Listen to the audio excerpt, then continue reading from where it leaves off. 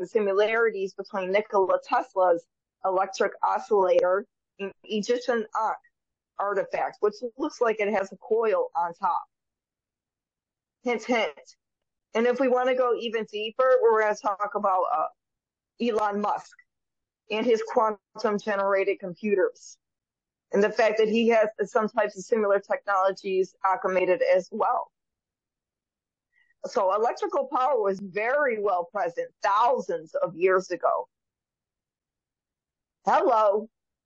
And one of the reasons why they preserved this ancient knowledge. I guarantee you there could have been a priority speed that could have been claimed when people went through around Egypt and started messing with the pyramids and getting information off there, was extraterrestrial or human advance. And they find already certain documentations that could have obviously came from here originally, came from these Ankh gray species, came from the original codes of effect, from these advanced civilizations through Atlantis itself in the world. This is how deep this gets.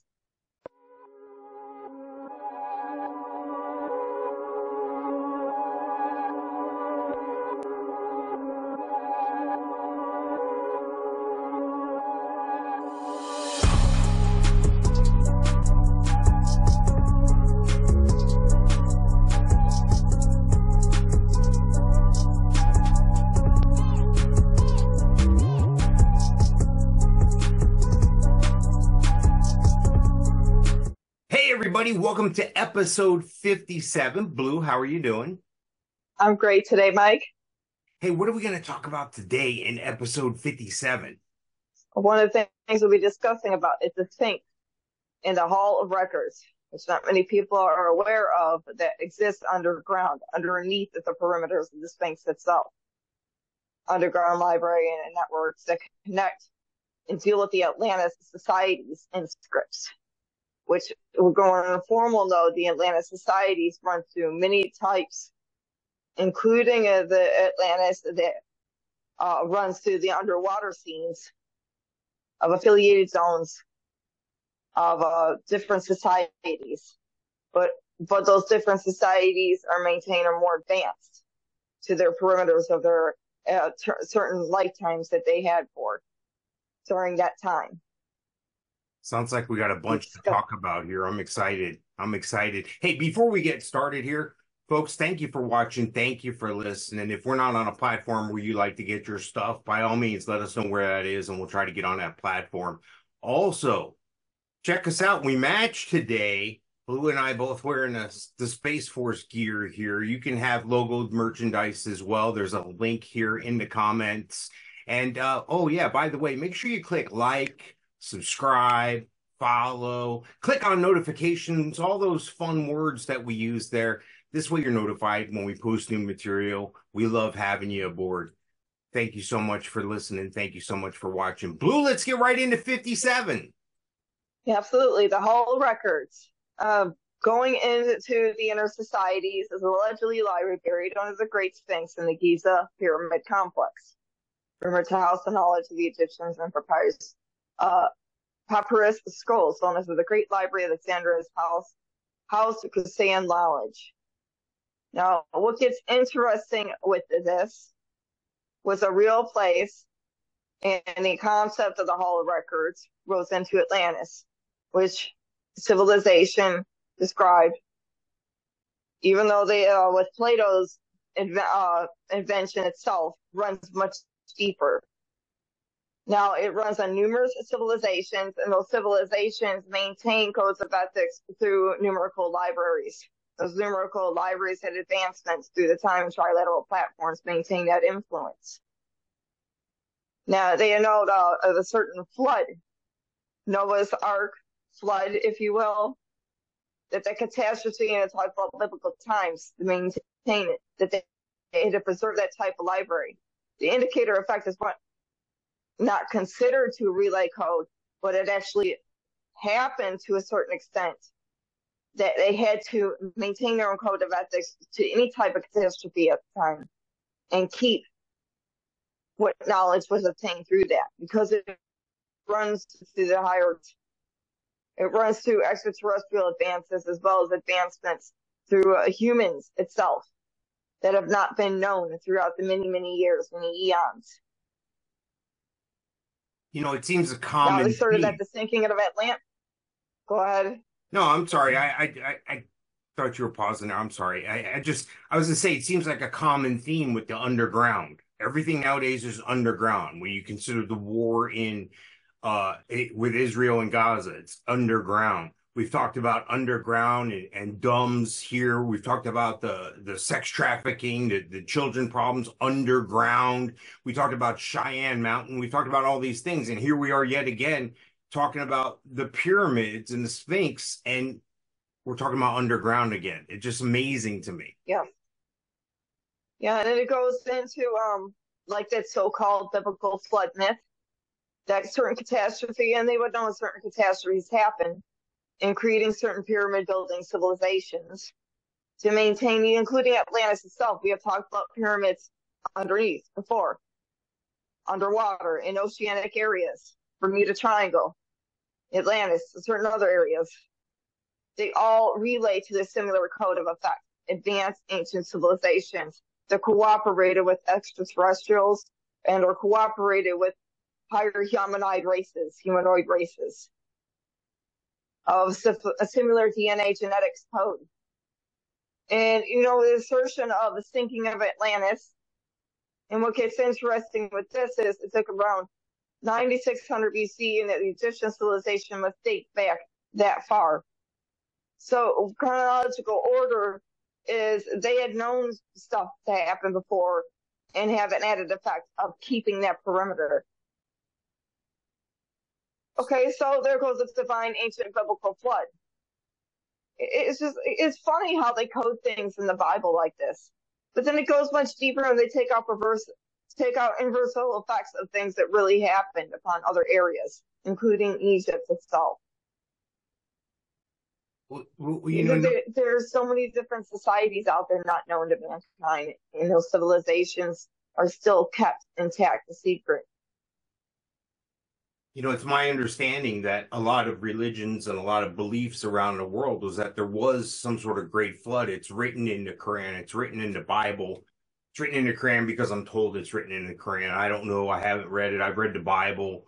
And, I've heard that there's this flood thing, no matter what civilization you talk to. So that lends legitimacy to the actual event, if you ask me, because how can all these people all around the globe, sorry, flat earthers, it's a globe, all these people all around come up with the same agenda? It's just like if you watch Ancient Aliens on TV or a program like that, you'll see similar hieroglyphics from one end of the planet to the other, similar beliefs and so forth. So my question with this is, does this just validate what we've been talking about, or is this something that we're just scratching the surface on? Well, they had obviously known that something was going to come into effect. And if you get into this type of biblical flood, and that this had happened, it never even talks about in the Bible about trilateral platforms around that time, around Noah's Ark time. It just talks about categorized civilizations and people around the world and how things that got too screwed up. Why would it disengage from that and then move forward on a later time in the Bible about the so-called Egyptian pyramids and things? It's been going around way before that. And there's so many more advancements to it than people realize. So much more encrypted with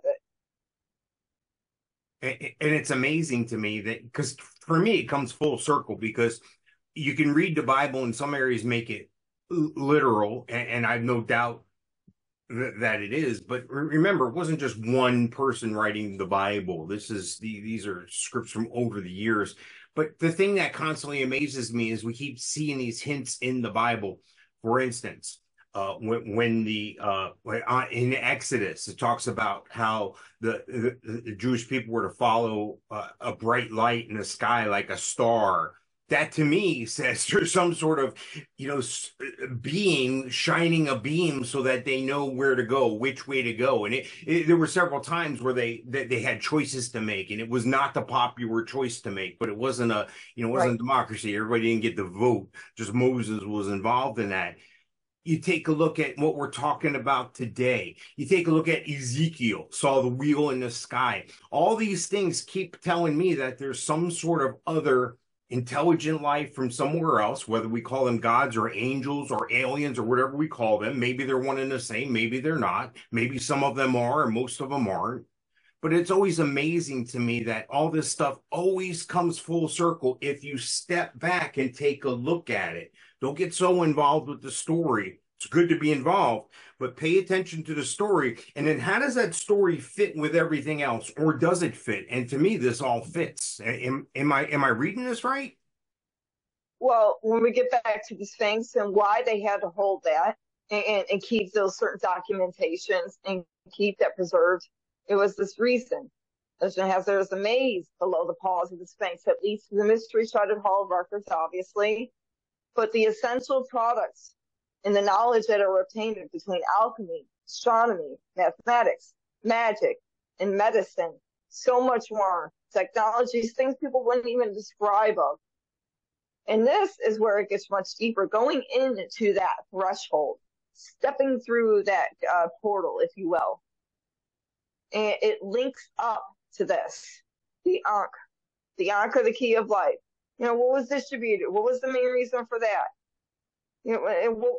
It goes into energy. It represents energy, an extension of energy, the extension of life itself. And I have given you a picture so you can relate to others, the self-diagnosis, seeing the similarities between Nikola Tesla's electric oscillator and Egyptian Ankh artifact, which looks like it has a coil on top. Hint, hint. And if we want to go even deeper, we're going to talk about Elon Musk and his quantum generated computers and the fact that he has some types of similar technologies acclimated as well. So electrical power was very well present thousands of years ago. Hello. And one of the reasons why they preserved these ancient knowledge. I guarantee you there could have been a priority speed that could have been claimed when people went through around Egypt and started messing with the pyramids and getting information off there, whether extraterrestrial or human advance. And they find already certain documentations that could have obviously came from here originally, came from these Ankh gray species, came from the original codes of effect, from these advanced civilizations through Atlantis itself in the world. This is how deep this gets.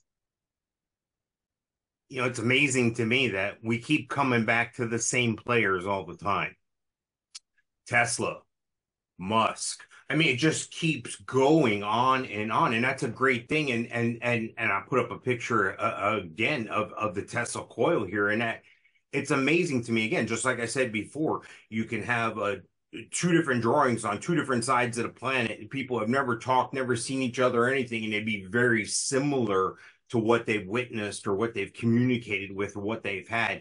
So we're suggesting, and I've kind of seen this before, but you're suggesting that there was definitely some sort of electrical power, whether it be through them creating batteries or just taking some sort of alien devices, technology, what have you. Because if I traveled in time and I went back in time, let's just say with a phone, if I went back with a phone, people would worship me. They would think it was some sort of magical device or something. They wouldn't be able to wrap their heads around it, much like if visitors came today and showed us some super advanced technology, we may not be able to get our heads around it. I think you and I would, Blue, but I don't think anybody else would. So what changed? Why did this technology die out, do you think? Never really died out, but was hidden behind most of humankind's eyes for the many thousands of years and progressed with the secret government, military office effect, other organizations, other civilizations, humanoid civilizations, still maintaining higher civilization codes. Hidden things that are still around. in evaluated terms, they're progressing slowly outwards. That leak is coming outwards. So eventually it will be something of a reality soon for mankind, for everybody. But it has been something that's been utilized for quite a long time. The Eiffel Tower we had talked about recently. Hello, it's a big Tesla arc. You could obviously tell it's linked up as a Tesla arc. People need to wake up and look what's in front of them. They're too blind to be able to see it. I don't know what to say, but it's there. You got to do your homework and you got to grab in all the little bits of information on the process of it. I guarantee your mind's gonna be wide open.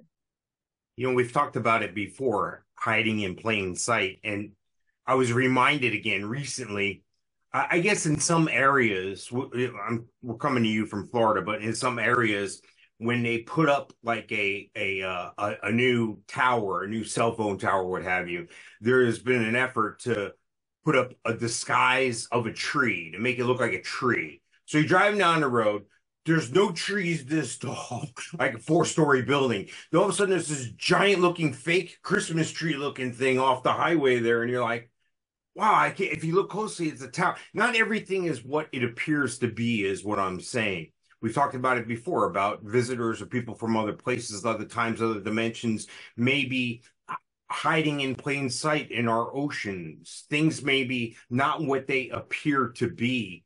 I guess we can't always take things at face value, but when you go back and look at these technologies that we're talking about, can we take them at face value? Do we think that it was a simple... So are we saying that there was a race, they were a race of beings and they were the only ones that had the technology and the rest of all the people did without? No, there's been an activated speed of events between several types of intergalactic council members, several entities that help with humankind throughout the generations, with different types of technologies, different types of acclimated things to moving forward. I mean, the phones were proactive speed as it is maintained from higher terrestrial affair, including the TVs and other network streams. It's diagnosed and it's maintained affiliated zone behind the scenes. Everything happens for a reason. So don't think the humankind are the only ones that are maintaining their own codes of ethics here. They always had help. They had help since the beginning of time. Even with the Native American Indians, you know, they learned a thing or two. They understood. They understood about the higher gods. They understood about the world around them. They had respect. You can go down to the nativity tribes, or it can go down to advanced civilization, or go up to advanced civilizations. I have a feeling we're going to be talking a little more about some Native Americans coming up a little bit later on based on our show notes here. I'm excited about that. What's going on with what we've talked about in the past? We've touched on it in the past. What do you have to add about the Philadelphia experiment? Well, maybe time traveling, activated dimensional manipulation, and involvement with the paradoxes and inclusion of Albert Einstein's unified field theory. Now, understanding the fields of events that go in through this, the Philadelphia experiment, alleged event claimed and witnessed by an ex-merchant mariner, Carl M. Allen, of the United States Navy shipyard, describes where the U.S. Navy attempted to make a destroyer escort disappear and pretty much re-teleportized to another acclimated event. And they try to make it as a hoax, but if we go down to what we'd explained about within the last, I believe I'm not sure the one beforehand, of this paranormal event that already are maintained through the Navy and extraterrestrial technologies itself. Now, what gets interesting is what they find about UFOs, flying objects, control of electromagnetism. They getting into what theories Albert Einstein had established too. Now, what goes into this is coined the term unified field theory that describes the attempt to unify all fundamental forces in the relationships between elementary particles into a single theoretical framework. So being able to establish control of electromagnetism particles and redefine that theory and move it elsewhere on a higher quantum level. So being able to relatively maneuver higher electromagnetism particles. Now we know that Albert Einstein was one of the smart people, but he also had extraterrestrial advancements just like Nikola Tesla had and many others. We've discussed that in the past too, how you take guys like Elon Musk and you go back in time to Tesla, and then you go back to Einstein and all these people that I'm sure they were smart, and I know they were smart, but it was almost an impossible level of intelligence, far and above everyone else, to be able to understand certain concepts and things. So I have no doubt that there was some sort of other activity. And this whole Philadelphia thing, I'm looking at one of the photos you had sent, and it shows that the Navy, of course, denies this ever happened. They deny that the whole thing, oh, no, nope, don't know nothing about that. What do you think they're going to say? I mean, that's what they're going to say. It's the same thing with Area 51. It's the same thing about what we talked about in the last show about the Arctec in the Bermuda Triangle area. It's the same thing over and over again. I do want to remind everybody, there is a movie about this. I think it's from the 80s or 90s. And there's a movie about this, the Philadelphia experiment. You should go seek that out. It was a movie. It must be true. Well, I say that not only tongue in cheek, but in reality, because we've talked about in the past how we think Hollywood is helping us drip things out. Because again, if you just come out with something, boom, here's everything, people's heads are going to explode. They're not going to be. So it's a way of dripping things out. So hey, it was a movie. It can be real. I don't want to ruin the movie, but the experiment doesn't go too well in the movie, and it's a sight to see. So yeah, go seek out that movie. And what do you think about that? Am I onto something there? Do you think that Hollywood is actively taking a part in dripping things out? Very possible, yes. When you go into dealing with this type of fundamentals, unified field theory, the objects described, interpreted, and dealing with fields. So usually thought of as the fundamental forces and field of nature, being able to manipulate the certain particles and proactively create virtual hyper physical fields in those particles.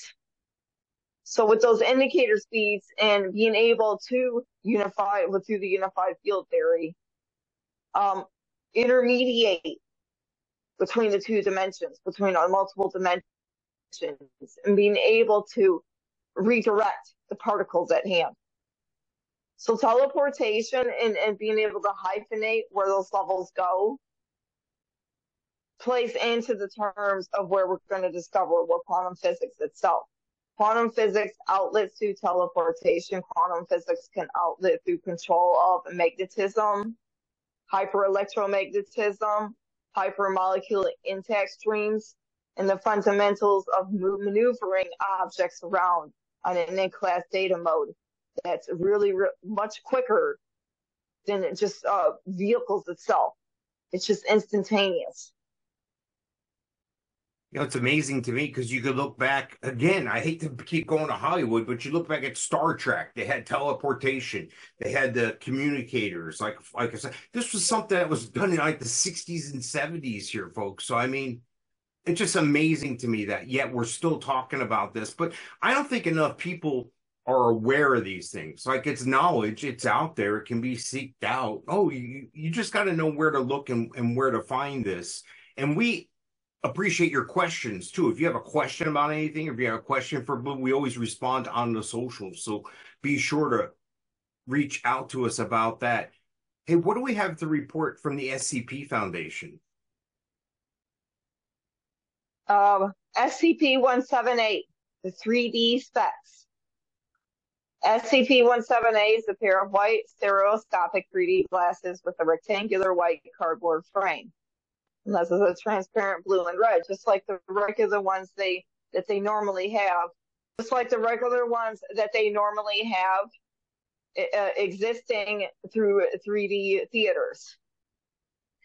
But what's different about this type of inscript is when someone wears it, and it, depending on how long it takes, and they look out from the peripheral side of their eyes, just to the left, just a little bit, they're going to start noticing other entities show up. I mean, it just looks like regular imagery when you're looking through it. But these entities would show up. There'll be numerous ones.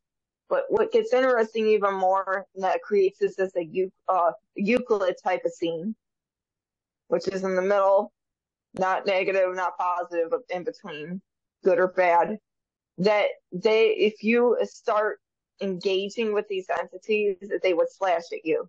They would start harming you.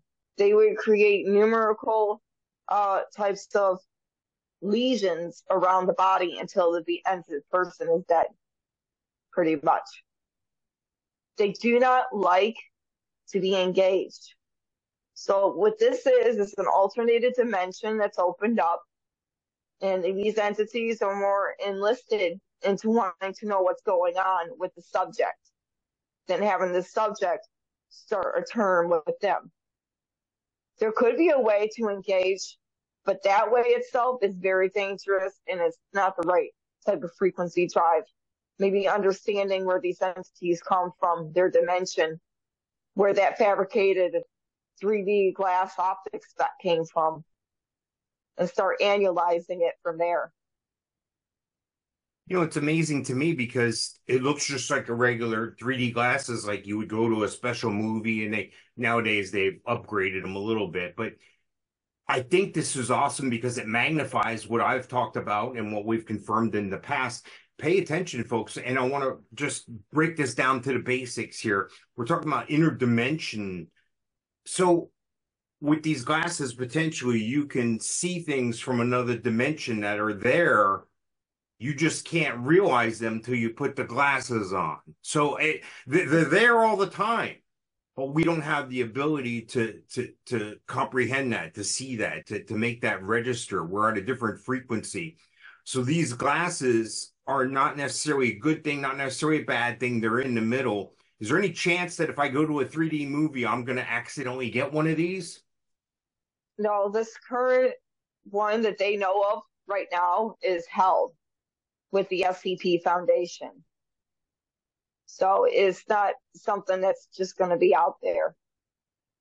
But with that type of glasses, it just creates a mirrored portal effect. Anyone who wears it, just like we had talked about the treehouse before, looking through outside the window, the difference radiates from where it actually is. There are open mirrors or open portals that can easily be accessed. Phones, they create similarities, but through different data streams. Mirrors create similar anomalies, but through different screens of effect. Man, we discussed about portals before and what they can do. Yeah, I love this SCP stuff. What's the next SCP we're going to talk about? 390, the Ancient Death Ray. This gets so interesting because within the last year or two with Hawaii, and they had that so-called fake fire that happened, and we already cracked the case with that, and obviously it was manufactured through a death ray, through certain types of ray indicated through perhaps the military negative standards.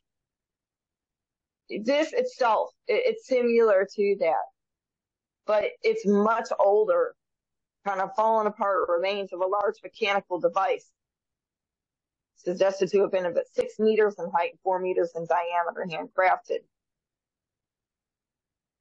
It's about 2 to 2,300 years old. So with this type of technology, and even what they have currently, it's been around for so long. Lasers have been around since the beginning of activated time, and they have been brought from higher dimensionals. But getting back to this type of machine itself, it was uncovered by archaeologists at a dig site and reported to the Foundation by an undercover agent embedded in the team.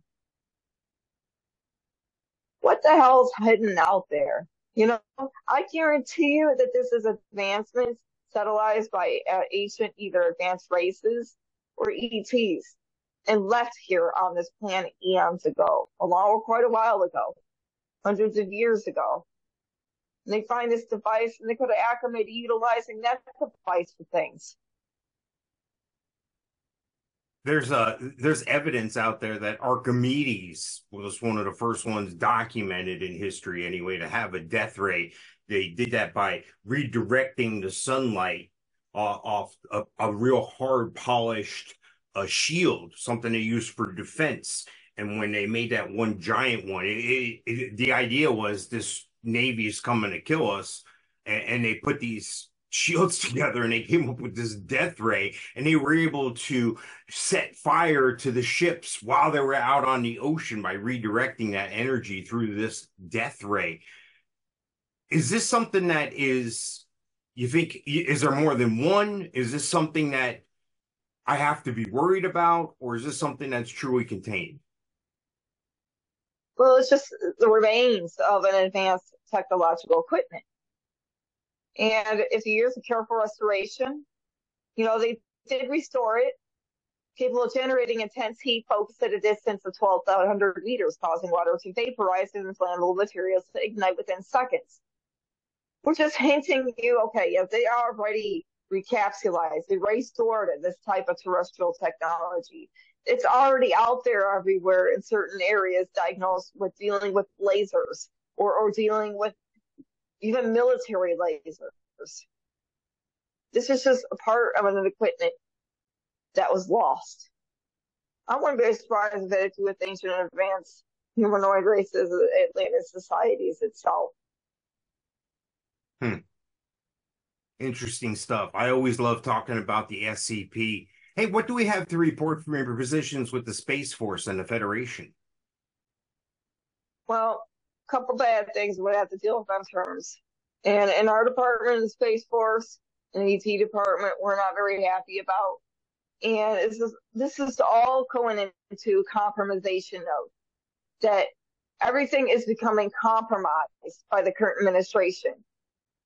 There's a science showing that diverse teams produce better outcomes, but diversity without inclusion is meaningless. Meet Colony of Frame, trailblazing transgender from the United States Space Force officer. Hold on.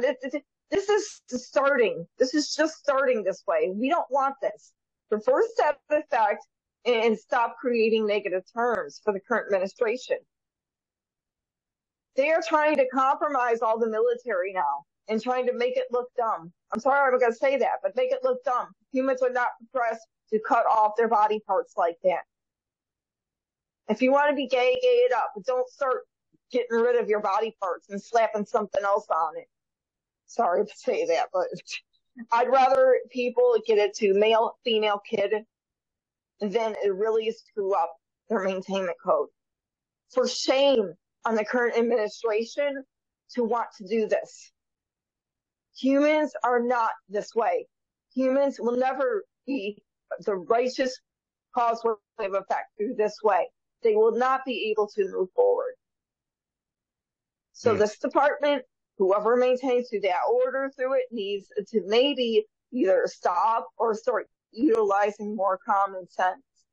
But the transgender just goes deeper. I don't want to get into it too deep, but if people don't stop at a point, it's going to become too wild, too chaotic, and there's going to be no way back up. There will be no such thing as humans anymore. The human race will be so perverted that they will be considered a negative endoscopic being because they don't know how to move forward. All we are saying is make it right, do it right. This isn't right. This isn't the right way to go. The fundamentals are alternating even in the military departments. I'm a bit ashamed of the current administration for that. Another thing is the Maui Council anonymously opposes U.S. Space Force plan to build new telescopes on Haleakala volcano, Maui. Here we go again with Hawaii. Why they won't let our department in and actually put telescopes there is meaning they're profoundly trying to exert their own wavelength and hide stuff, or they have another fundamental scene altogether.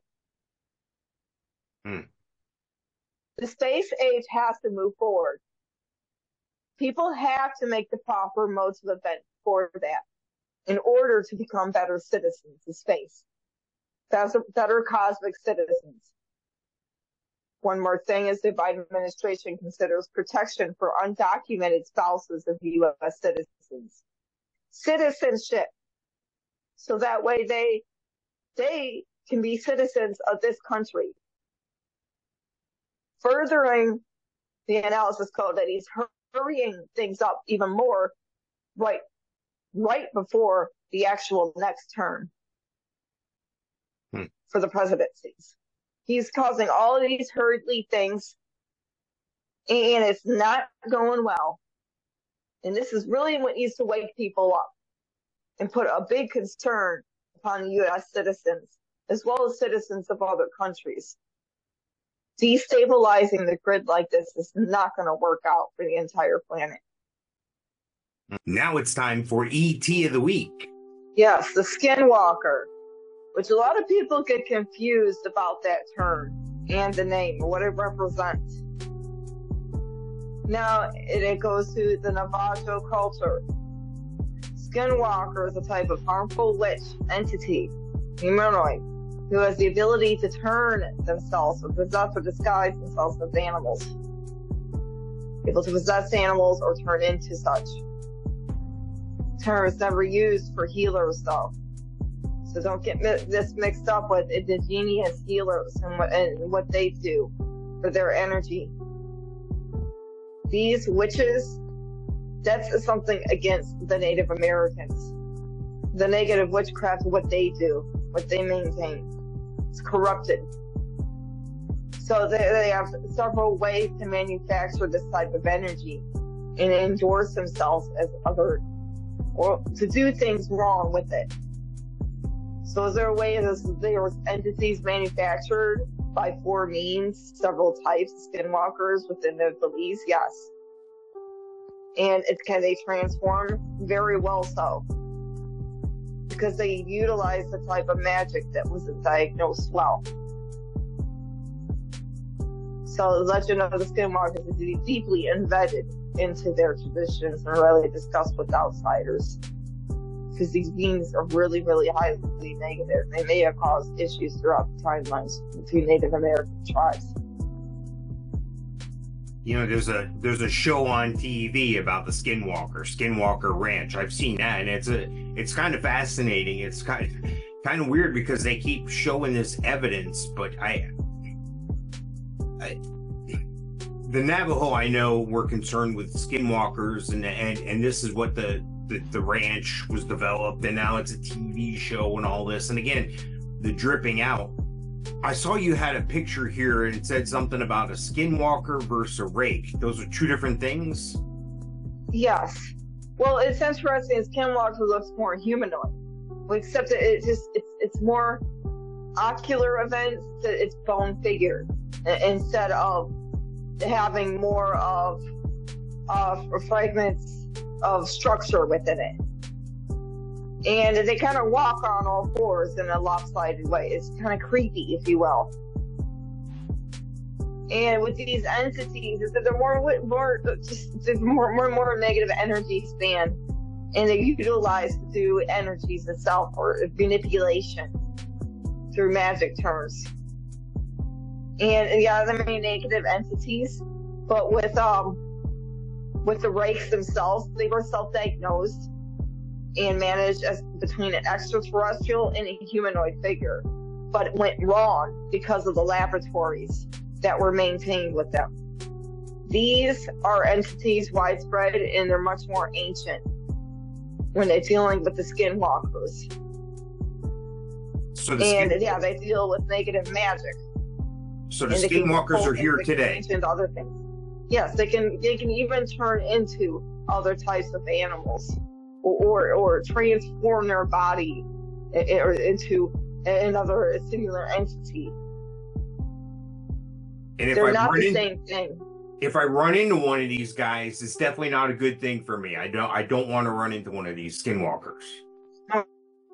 Just like SkinWalker diagnosed and talked about how there's paranormal activities that go on with things. And some of it's spiritual, or they're dealing with other things at hand. These apparitions are not good. They have a forest, I believe, in closer to Virginia, or closer even to where the mountains are, in those regions, those areas of south. They have similar types of entities, negative witches, negative beings. They're scattered abroad, but they're not just not going to be out there like everyone thinks. It's amazing. It's amazing stuff. And it's amazing. We're out of time. Time flies when you're having fun, Blue. Hey, great stuff today. Great episode 50. One more thing. Yes. One more thing to add to it is that they mainly exist in forests in non-rural areas. All right. These entities. Well, that would make sense. That would make sense to me because, like we talked about it in a vast area like the ocean or something, when we've talked about UAPs and so forth. So yeah, no, that makes perfect sense. Man, I'm glad we got to talk about the SkinWalker. I like that show, SkinWalker Ranch. Go check it out if you can. And we appreciate you checking us out. It's been a great episode 57, Blue, and I look forward to seeing you in 58. Absolutely, Mike.